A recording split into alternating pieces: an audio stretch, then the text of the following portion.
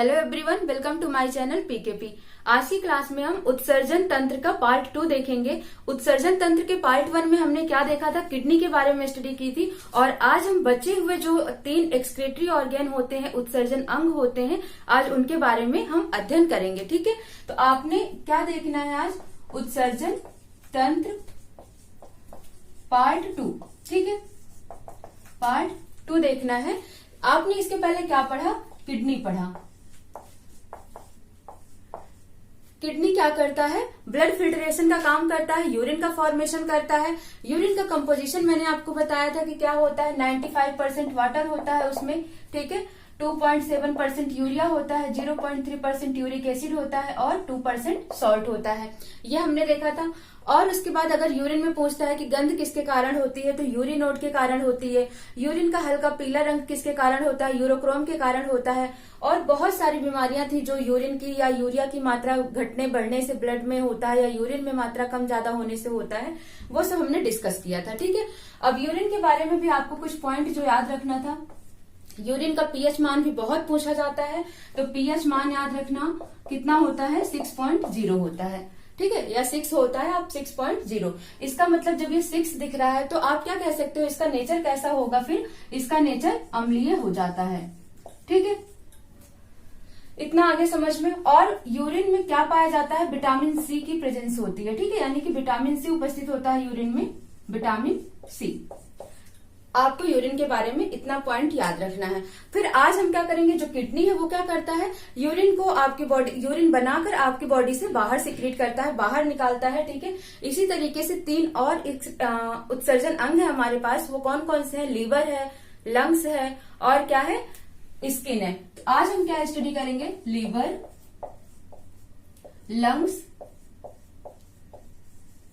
And third आपका क्या बच रहा है, स्किन। ठीक है, थर्ड मीन्स फोर्थ हो गया क्योंकि हम फर्स्ट स्टडी कर चुके हैं।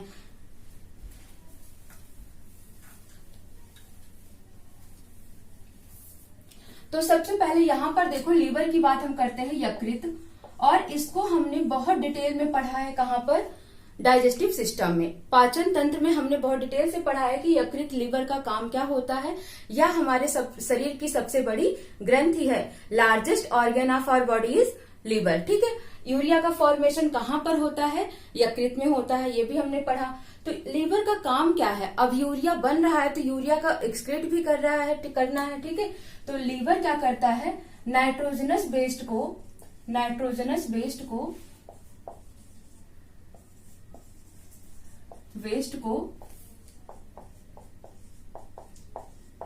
शरीर के बाहर निकालता है। ठीक है, ये किसकी बात हो गई, लीवर की बात होगी। बस आपको इसमें इतना याद रखना है कि ये क्या करता है, नाइट्रोजनस वेस्ट को आपकी बॉडी के बाहर थ्रो आउट करता है। ठीक है, अब ये जो नाइट्रोजनस वेस्ट है, ये है क्या, ये हो गया अमोनिया एंड यूरिया हो गया। ठीक है, अब आपकी बात आती है कि लंग्स क्या काम करता है, फेफड़ा क्या काम करता है।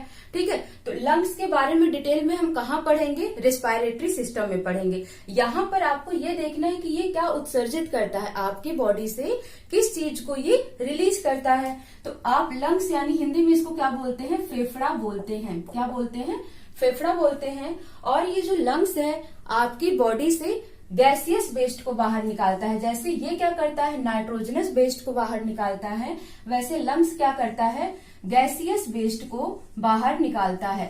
ठीक है, अब ये जो गैसियस वेस्ट है, ठीक है, ये है क्या, ये गैस, कौन सी गैस, जो बेस्ड गैसें हैं आपकी बॉडी में। बेस्ड गैसें कौन कौन सी हो जाती हैं, कार्बन डाइऑक्साइड हो गया, ठीक है, नाइट्रोजन हो गया, और बाकी कुछ ऐसे होते हैं वाष्पशील घटक। किसके वाष्पशील घटक, जैसे आपने लहसुन खा लिया, या आपने प्याज खाया, आपने अदरक खाया। ठीक है, तो ये सब जो पदार्थ आपने खाए हैं, इनकी भी स्मेल होती है। ठीक है, तो उसमें आपसे क्वेश्चन भी पूछ लिया जाता है कि लहसुन में कौन सी गैस या कौन सी स्मेल पाई जाती है। तो यहाँ पर याद रखना है सल्फर। लहसुन प्याज के लिए सल्फर याद रखना है कि सल्फर यहाँ पर पाया जाता है। अब ये भी आपकी बॉडी के बाहर निकल रहे हैं, किसके थ्रू? लंग्स के थ्रू निकलते हैं। ठीक है, तो क्या क्या आपकी बॉडी से बाहर निकल रहा है, कौन कौन सी गैस आपकी बॉडी से बाहर निकल रही है? कार्बन डाइऑक्साइड, कब? जब आप सांस छोड़ते हो। नाइट्रोजन, ठीक है, लहसुन, प्याज, अदरक के वाष्पशील घटक, के वाष्पशील घटक। ठीक है, तो ये चीज हो गए, ये आपकी बॉडी से बाहर निकल रहे हैं, किसके थ्रू? लंग्स के थ्रू। आपको यहाँ पर इतना ही पॉइंट याद रखना है। नेक्स्ट आता है स्किन। ठीक है, किसके बारे में हम पढ़ेंगे? स्किन के बारे में पढ़ते हैं। स्किन को हिंदी में क्या बोलते हैं? त्वचा बोलते हैं। क्या बोलते हैं? त्वचा बोलते हैं। अब ये जो स्किन है, इसका काम क्या क्या है ये देख लो।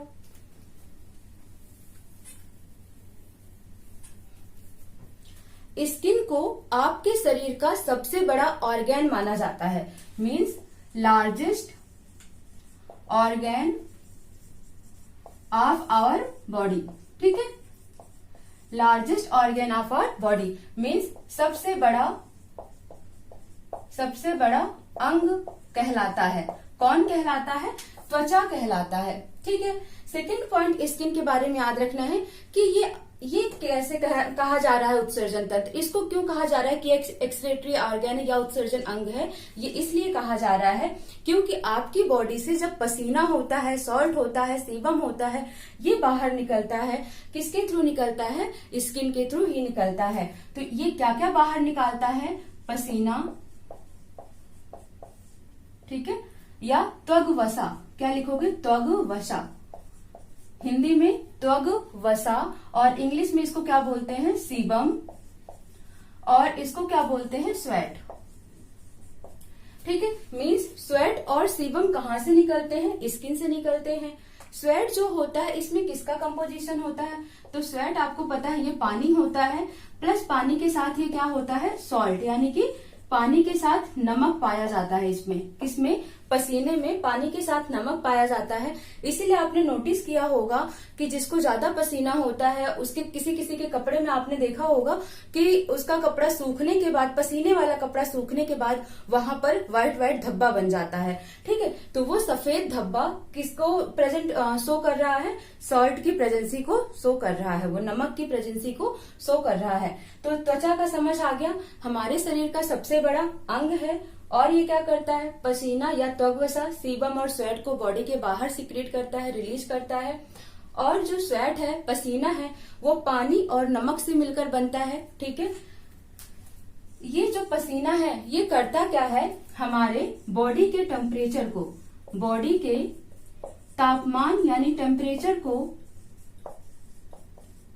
नियंत्रित करता है। ठीक है,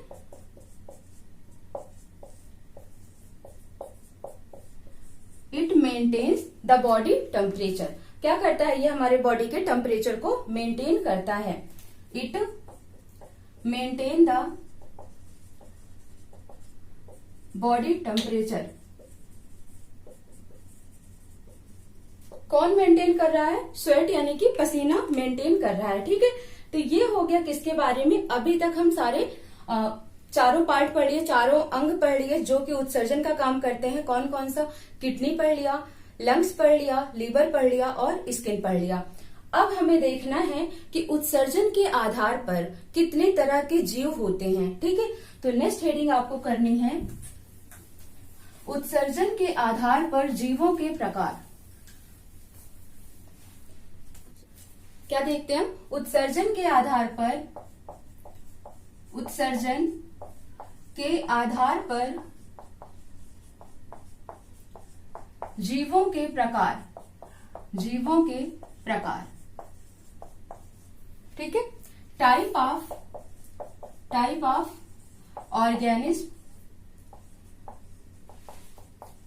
on the basis of excretion. इसका मतलब क्या हुआ? उत्सर्जन के आधार पर जीवों को हम किस तरीके से बांट रहे हैं? आपने क्या देखा कि जो ये उत्सर्जन हो रहा है, कुछ नाइट्रोजनस बेस्ड हो रहा है, कुछ यूरिया बॉडी के बाहर निकल रही है, कुछ यूरिक एसिड निकल रहा है। तो उन्हीं के आधार पर ही जीवों का वर्गीकरण किया गया है, क्लासिफिकेशन किया गया है। कितने तरीके के हो जाएंगे? फिर 3 टाइप्स के हो जाएंगे। ठीक है,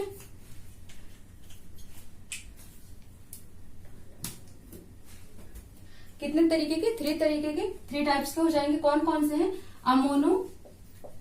अमोनोटेलिक, ठीक है।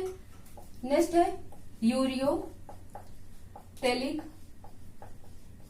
And uricotelic. हिंदी इंग्लिश दोनों में ही ऐसे ही नाम है इनका, अमोनोटेलिक, यूरियोटेलिक एंड यूरिकोटेलिक। अब नाम से ही क्लियर हो रहा है कि ऐसे जीव जो अमोनिया के रूप में वेस्ट को बाहर निकाल रहे हैं वो क्या कहलाते हैं? अमोनोटेलिक कहलाते हैं। ऐसे जीव जो यूरिया के रूप में वेस्ट पदार्थ को बाहर निकालते हैं वो यूरियोटेलिक कहलाते हैं, और जो यूरिक एसिड के रूप में वेस्ट को बाहर निकालते हैं वो यूरिकोटेलिक कहलाते हैं। ठीक है, तो अब हम देख लेते हैं कि ये जीव क्या क्या चीजें एक्सक्रीट करते हैं। तो ये क्या एक्सक्रीट कर रहा है? अमोनिया। अमोनिया का फॉर्मूला याद रखना है, NH3 होता है। ठीक है, ये अमोनिया के रूप में उत्सर्जन कर रहा है, अमोनिया के रूप में उत्सर्जन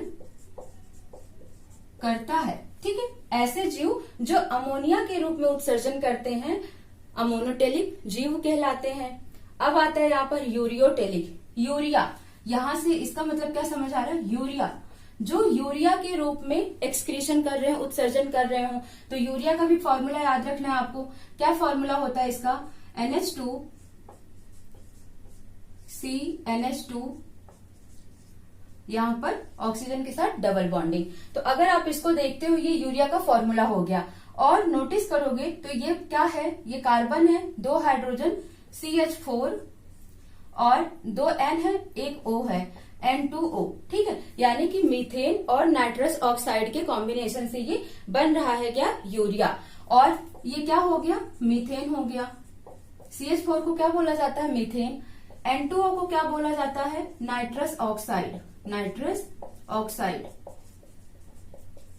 अब ये जो नाइट्रस ऑक्साइड हैं, ठीक है, इन्हें ही क्या बोला जाता है? Laughing gas. क्या बोलते हैं?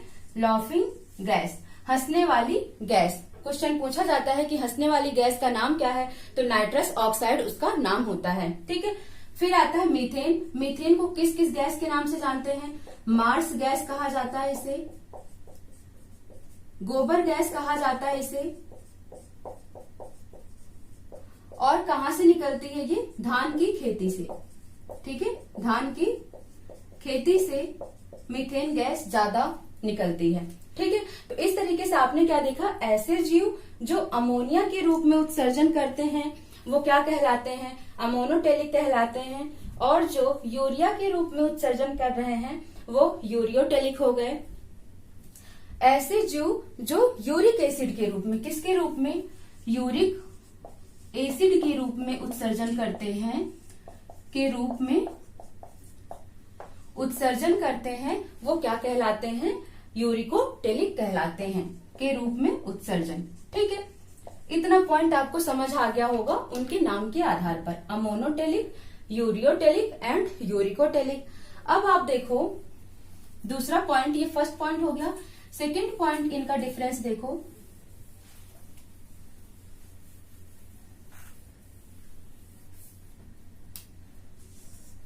इन्हें पानी की आवश्यकता ज्यादा पड़ती है। ठीक है, पानी की आवश्यकता ज्यादा होती है। ठीक है, need more water, more water.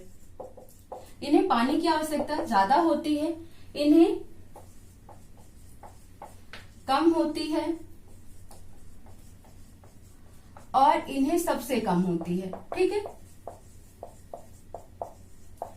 Means इन्हें मोर वाटर की नीड होती है, इन्हें मीडियम वाटर की नीड होती है, और इन्हें मिनिमम वाटर की नीड होती है। ठीक है, minimum water required, medium water required and more water required. यह हो गया कि ऐसे जीव जो अमोनोटेलिक होते हैं उनको ज्यादा पानी की आवश्यकता होती है, इनको कम पानी की आवश्यकता होती है, इनको सबसे कम पानी की आवश्यकता होती है। अब ऐसे जीव हैं कौन कौन से वो देख लो। जब पानी की आवश्यकता ज्यादा हो रही है दैट मीन्स उनको पानी में ही रहना है, तो आप क्या कह सकते हो, जो एक्वेटिक एनिमल्स होते हैं, एक्वेटिक मतलब जो जलीय जीव होते हैं, जैसे कौन कौन से हो गया, घोघा, सीपी, फिश या मछली, ठीक है। तो ये सब किसके एग्जाम्पल हो गए, एक्वेटिक एनिमल्स। यही क्या होते हैं, अमोनोटेलिक होते हैं। ये अमोनिया के रूप में उत्सर्जन करते हैं, ठीक है, वेस्ट प्रोडक्ट को अपनी बॉडी से ये अमोनिया के रूप में सिक्रीट करते हैं। अब ये जो अमोनिया सिक्रीट करते हैं वो होता कितना है, 4 मिलीग्राम पर 100 ml, ठीक है।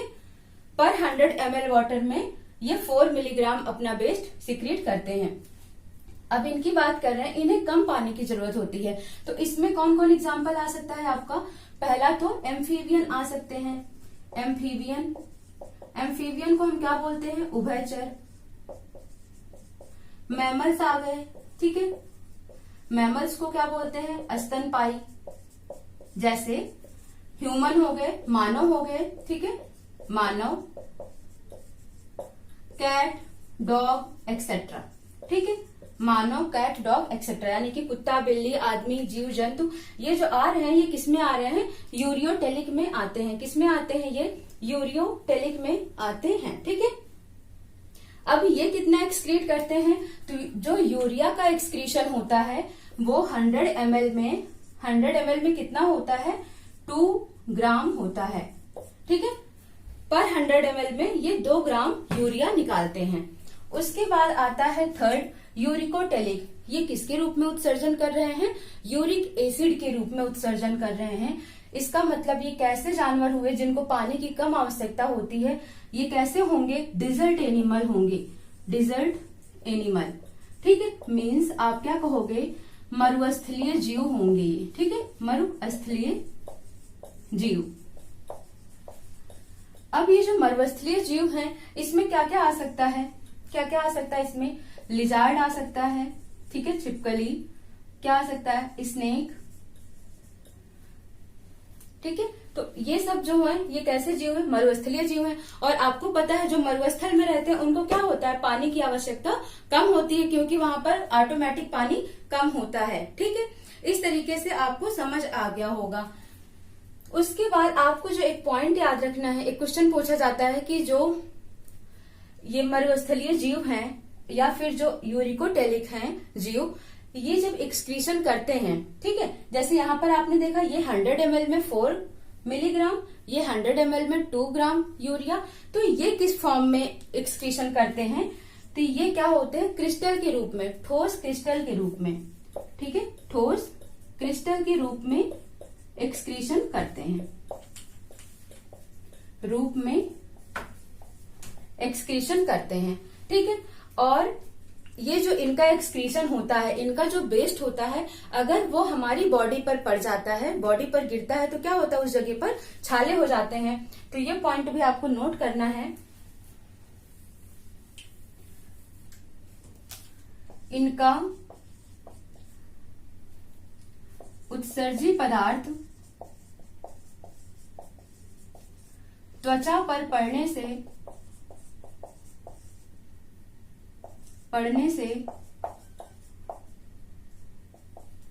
छाले हो जाते हैं, ठीक है, छाले हो जाते हैं। इतना पॉइंट आपको इनके बारे में याद रखना है। लिजार्ड, स्नेक, ये क्या थे, एक्वेटिक, ये क्या थे, एम्फीबियन और मैमल्स। अगर इस तरह से नाम देना है इनको तो आप दूसरा नाम क्या दे सकते हो, रेप्टाइला का नाम दे सकते हो, रेप्टाइल्स, ठीक है। रेप्टाइल्स का मतलब क्या होते हैं, सरीसृप होते हैं, क्या होते हैं, सरीसृप होते हैं। तो इतना पॉइंट आपको याद रखना है। पहला क्या, ये अमोनिया के रूप में उत्सर्जन करते हैं, ये यूरिया के रूप में, ये यूरिक एसिड के रूप में। इनका फॉर्मूला NH3 होता है, यूरिया का होता है NH2CO, NH2 यूरिकोटेलिक में यूरिक एसिड हो गया। इन्हें कम पानी की, इन्हें ज्यादा पानी की आवश्यकता होती है, इन्हें कम, और इनको सबसे कम। ये एक्वेटिक होते हैं, एम्फीबियन और मैमल्स होते हैं, ये रेप्टाइला होते हैं।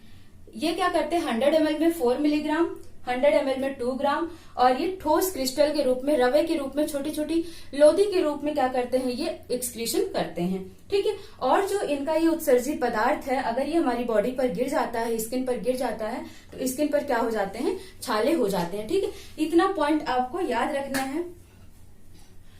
और एक पॉइंट आपको नोट करना है, नोट कर लो आप,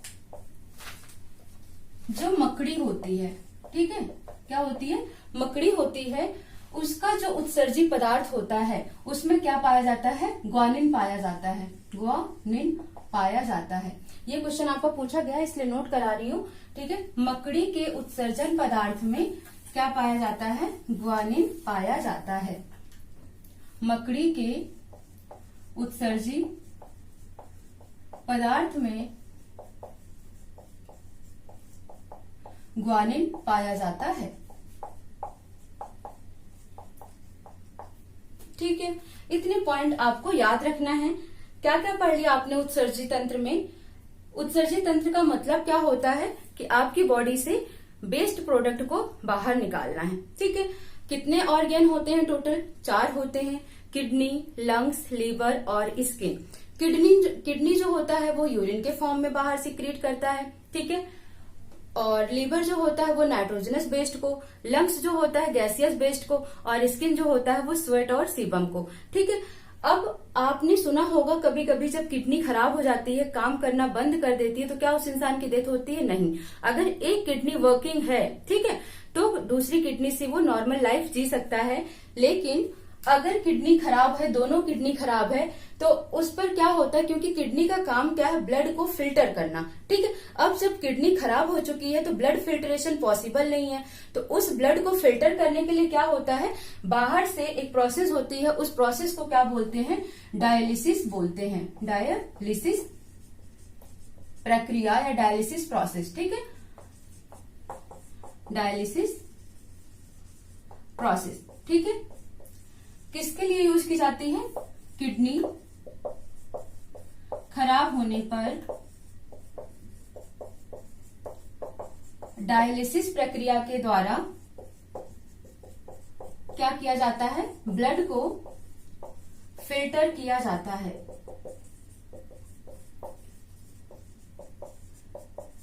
ये पॉइंट भी आप नोट रखना। ठीक है, अब आपकी बात क्या आती है, डायलिसिस प्रक्रिया भी हो गई। ठीक है, और उत्सर्जन के आधार पर जीवों को भी कैटेगराइज कर दिया गया, 3 तरीके के हो गए।